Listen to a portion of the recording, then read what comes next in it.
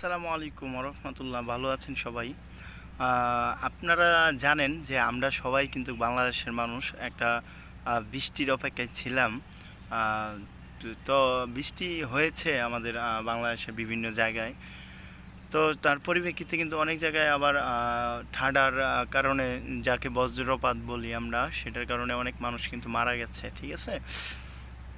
তো আমি যে বিষয়টা নিয়ে কথা বলবো সেই বিষয়টা হচ্ছে, আমরা যারা গাড়ি চালক, সেটা পার্সোনালি হোক আর প্রফেশনাল হোক, তো সবার জন্য আসলে প্রযোজ্য, কাজে লাগবে যদি শোনেন। সেটা হচ্ছে, যেহেতু বৃষ্টি এখন মোটামুটি বৃষ্টি হচ্ছে, এবং কি বৃষ্টির সাথে কিন্তু হালকা জড়ো হাওয়া বয়ে যাচ্ছে সারা বাংলাদেশেই বিভিন্ন জায়গায়। কখন কোনখানে বৃষ্টি আসবে বা ঝড় আসবে সেটা কিন্তু আমরা বলতে পারি না এখন। ঠিক আছে। তো সেই জন্য আমি বলবো, যারা গাড়ি চালান এবং কি গাড়ির সাথে মানে জড়িত আছেন যে কোনোভাবেই আর কি, তাদেরকে বলবো, যেহেতু বৃষ্টির সিজনেই এখন বৃষ্টি হবে, একদিন পর পর বা 2 দিন পর পর, তার কোনো গ্যারান্টি নেই। তাই বলবো, আমরা যখন গাড়ি চালাবো অবশ্যই বৃষ্টি, এবং যদি আপনার হালকা বৃষ্টি হয় সেক্ষেত্রে আমরা গাড়ি চালাবো।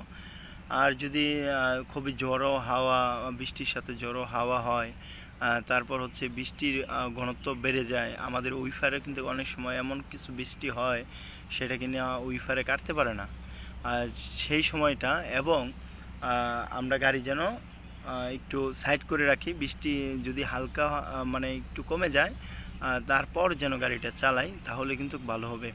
আরেকটা যে বিষয়, সেটা হচ্ছে খুবই গুরুত্বপূর্ণ বিষয়। সেই বিষয়টি হচ্ছে, আমরা যখন গাড়ি চালাই দেখবেন বৃষ্টির সাথে কিন্তু ঝড়ো হাওয়া বয়। তো যারা গ্রাম অঞ্চলে গাড়ি চালান, যেই রাস্তার উপর দিয়ে প্রচুর পরিমাণের রেন্ডি করে গাছ যাকে বলে আর কি, এবং বিভিন্ন ধরনের গাছ থাকে রাস্তার উপরে। তারপরে হচ্ছে আবার কিছু কিছু জায়গায় দেখবেন আপনার শহরেও, বর্তমানে শহরে তো গাড়ি চালানোর জন্য কোনো সমস্যা নেই, কারণ শহরের ভিতরে তেমন একটা গাড়ি থাকে না, আপনার কি বলে, ওই গাছ থাকে না। তো গ্রাম অঞ্চলে যেই হাইওয়ে রাস্তাগুলো আছে, সেই প্রতিটা রাস্তা বনায়নের যে একটা উদ্যোগ, সেজন্য আর কি বিভিন্ন রাস্তায় কিন্তু গাছ লাগানো থাকে। তো আমরা যারা গাড়ি চালাই, আমরা কি করব, সেই গাছ যখন লাগানো থাকবে, সেই গাছ যখন আমরা দেখব যে ঝড় যখন বেশি মাত্রা হবে, তখন আমরা এই যেসব রাস্তায় ঘাস বেশি সেই সব রাস্তায় যেন গাড়ি না চালাই।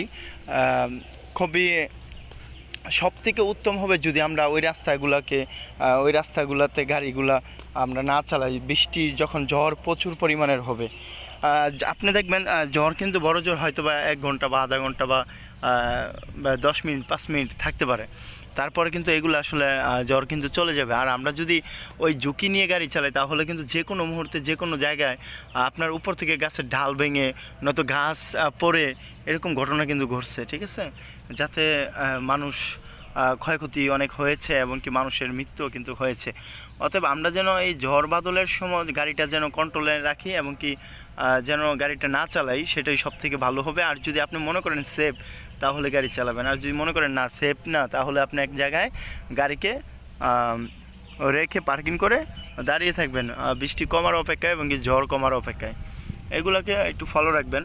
আর শহরে কি হয়, কিছু কিছু জায়গায় হয় আপনার, অনেক সময় যখন প্রচুর পরিমাণের ঝড় হয়, সেক্ষেত্রে শহরের ভিতরে কিন্তু টিনের ঘর থাকে কিছু, বা ছাদের উপর একটা টিনের বাড়ি করে, এরকম অনেক সময় হয়। তখন কিন্তু ওই টিনের চাল আপনার ছিঁড়ে ঝড়ের কারণে অনেক সময় রাস্তায় এসে